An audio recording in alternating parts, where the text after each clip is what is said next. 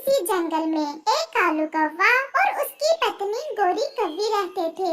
एक दिन कौवे की पत्नी कौवे से कहती है, कालू पति जी, अब तो पक्षी भी बहुत सियाने हो गए हैं, थोड़ा सा भी भोजन अपने घोंसलों में नहीं रखते। रखेंगे भी तो कैसे? उन्हें पता तो चल गया है कि हम तमाम पक्षियों का भोजन चुरा लेते हैं।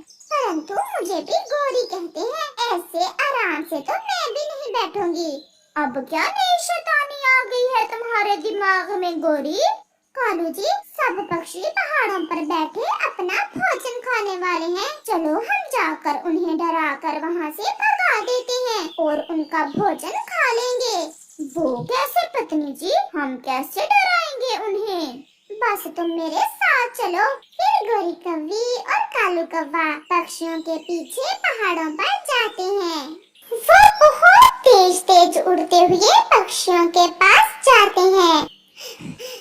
भागो भागो पक्षियों, अगर अपनी जान प्यारी है तो भागो यहाँ से। क्या हुआ गोरी, सब ठीक तो है? इतना समय नहीं है, मैंने देखा चीलों का एक बहुत बड़ा झुंड इस दिशा में आ रहा है। सब भागो। चीले? वो तो बहुत चालाक होती हैं। भागो भागो।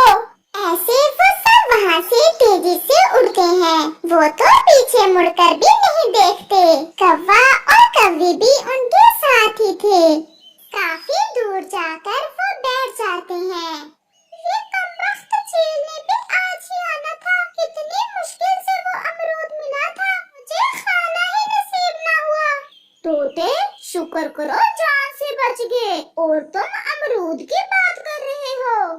चिड़िया के पास कुछ दाने थे। वो अपने दोस्तों से कहती है, ये मेरे पास कुछ दाने हैं, मैं तो वहाँ से भागते समय अपने दाने उठा लाई थी। ये आप सब थोड़े थोड़े अपने अपने परिवार के लिए ले जाएं। ना ना चिड़िया, हमसे तो ऐसे सूखे दाने नहीं खाते। तोता, कबूतर और चिड़िया वो दाने आपस में बांटकर वहाँ से चले जाते हैं। कालू जी, कैसा लगा मेरा प्लान? मुझे तो कबूतर पर हंसी आ रही थी जब उड़ते समय 2 बार चील के डर से नीचे गिरा था। अब चलो हरे तोते का अमरूद उठाएं जाकर और घर चले। फिर कालू कौवा और गोरी कौवी वहाँ से उड़ते हैं। वहाँ तो तोते का अमरूद और 7 कबूतर के सरसों के नरम नरम दाने भी थे। अब जल्दी से सारा माल उठाओ और घर जाकर खाएंगे। फिर कौवा और कौवी पक्षियों का छोड़ा हुआ माल उठाते हैं और अपने घर चले जाते हैं। दूसरे रोज कालू गोरी से कहता है, गोरी जल्दी चलो, वो सब नदी पर बैठे हैं, उनके पास चावल है। चावल? चावल तो मुझे बहुत पसंद है। आज शिकारी का नाम लेकर डराते हैं उन्हें। ऐसा कहते हुए वो दोनों अपने घर से तेज तेज निकलते हैं। वो फिर से घबराने का नाटक करते हुए नदी पर दूसरे पक्षियों के पास जाते हैं। बच गए, बच गए, उस शिकारी ने तो बंदूक चला ही दी थी। कालू, शिकारी और बंदूक कहाँ है? कहाँ है शिकारी? हमारे पीछे लगा हुआ है और तुम दोनों हमारी तरफ आ गए। अब वो शिकारी इधर ही आ जाएगा, हमें यहाँ से भागना होगा। हमारे चावल? समय नहीं है तोते, छोड़ो चावल, अगर जिंदा रहे तो चावल खाओगे। ऐसे वो सब अपने चावल वहीं छोड़कर भाग जाते हैं। अगर आज हम वहाँ से ना उड़ते तो मारे ही जाते। अच्छा ही किया कालू और गोरी जो आपने उस शिकारी का हमें भी बता दिया, नहीं तो न जाने आज क्या हो जाता। पक्षियों, अब हम सब सुरक्षित हैं, हमें दूसरे जंगल में काम है, अब हमें जाना होगा। ऐसे वो दोनों शैतान कौवे दूसरे पक्षियों को फिर से उल्लू बनाकर वहाँ से वापस नदी पर पक्षियों के चावल उठाने चले जाते हैं। ये हर बुरी खबर का इन कौवों को ही पता चलता है। जरा मैं इनके पीछे जाकर तो देखूं, ये कहाँ जा रहे हैं। ऐसा कहते हुए कबूतर कौवे और कौवी के पीछे जाता है। वो सब बंदूक से तो ऐसे डरे जैसे सच में शिकारी बंदूक चलाने ही वाला है। और कबूतर को देखा था। ऐसा कहते हुए वो हंसने लग जाते हैं। पास में ही कबूतर पेड़ के पीछे छुपा सब देख रहा था।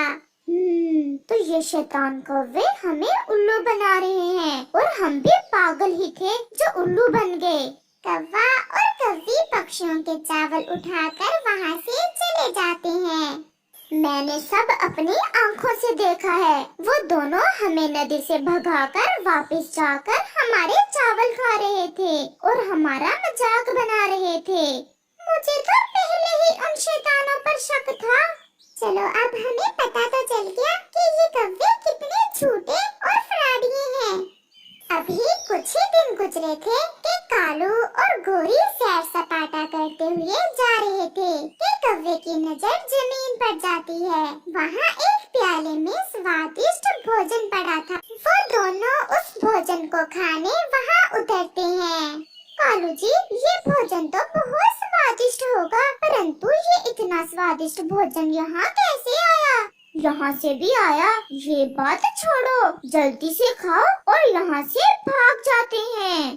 कव्वे ने अभी भोजन पर अपनी चोंच ही लगाई थी कि वो एक जाल में फंस जाता है। गोरी डर के मारे थोड़ा दूर हो जाती है। गोरी, मुझे बचा लो, मुझे बचा लो, ये भोजन तो किसी शिकारी ने रखा हुआ था। कव्वे ने अभी ये बात की ही थी कि दो बड़ी चीलें वहाँ आती हैं। गोरी, जल्दी से दूसरे पक्षियों को मदद के लिए बुलाओ। गोरी, जल्दी जाओ। गोरी वहाँ से भाग जाती है। चील दीदी, मैं कालू कौवा हूँ। दूर से मेरा संबंध आपके परिवार से ही है। छोटी, ये तो कौवा फंसा है जाल में। दीदी, मुझे तो मांस खाए कई दिन हो गए हैं। कौवा है या कौवी, मैं तो नहीं छोड़ूंगी। चील दीदी, आप बड़ी हो, आप बताओ छोटी को कि हम कौवों का मांस बहुत सख्त होता है। मैं आग पर पका कर खाऊंगी, तुम चिंता ना करो। छोटी, इसे जाल में ही रहने दो, हम नमक और मिर्ची ले आते हैं। मेरा तो आज मिर्ची कौवा खाने को मन कर रहा है। फिर वो दोनों चीलें कौवे को जाल में फंसा छोड़कर नमक और मिर्ची लेने चली जाती हैं। कबूतर भैया, जल्दी चले मेरे साथ, आपका कालू भैया चील के जाल में फंस गया है। वो चीलें तुम्हारे भाई कालू को खा जाएंगी। छोटी कवि, भागो यहाँ से, मुझे कल सब पता चल गया है, जब तुम दोनों नदी पर बैठे हंस हंस कर हमारे चावल खा रहे थे। ये सुनकर गोरी बहुत शर्मिंदा होती है। कबूतर भैया, मैं आज झूठ नहीं बोल रही, कालू सच में चील के जाल में फंस गया है। कबूतर कुछ सुने बिना वहाँ से चला जाता है। गोरी बहुत परेशान थी। वो घबराई हुई तोते के पास जाती है। तोते, तोते बचा लो, अपने भाई को बचा लो। हमें कबूतर ने सब बता दिया है, हम अब कभी भी तुम दोनों पर विश्वास नहीं करेंगे। तोते मेरे भाई, मेरा विश्वास करो, हम बहुत मुश्किल में हैं। तोता भी वहाँ से उड़ जाता है। चिड़िया उड़ते उड़ते जा रही थी कि उसकी नजर जमीन पर जाल में फंसे कौवे पर जाती है। चिड़िया वहाँ जाती है। अरे कौवे, तुम यहाँ कैसे फंस गए? चिड़िया, मैं ये स्वादिष्ट भोजन देखकर लालच में आ गया था और चील के इस जाल में फंस गया। चील तो तुम्हें खा जाएगी। मैं जंगल से दूसरे पक्षियों को बुला कर लाती हूँ, हम सब मिलकर इस जाल को हटाते हैं। फिर चिड़िया तोते और कबूतर को सारी बात बताती है और उन्हें अपने साथ लेकर कौवे के पास आती है। कालू जी, ये जाल तो मुझसे हिल भी नहीं रहा, बहुत भारी है। गोरी, चिड़िया यहाँ आई थी और वो दूसरे पक्षियों को बुलाने गई हुई है। कालू जी, हमने पक्षियों से इतने झूठ बोले हैं कि अब हमारा कोई भी विश्वास नहीं करता। तोते और कबूतर ने तो मेरी बात तक नहीं सुनी। फिर चिड़िया तोते और कबूतर को साथ लेकर वहाँ आ जाती है। वो सब मिलकर उस जाल से कौवे को आजाद करते हैं। कबूतर दूर से चीलों को को आते देख लेता है। जल्दी भागो, चीलें आ गई हैं। ऐसे वो सब वहाँ से भाग जाते हैं और ऐसे कौवे की जान बच जाती है। कमबख्त, भाग गया काला कौवा। कालू बेशरम, अगर चिड़िया तुम्हें जाल में फंसा ना देखती तो आज वो चील तुम्हारा खून पी जाती।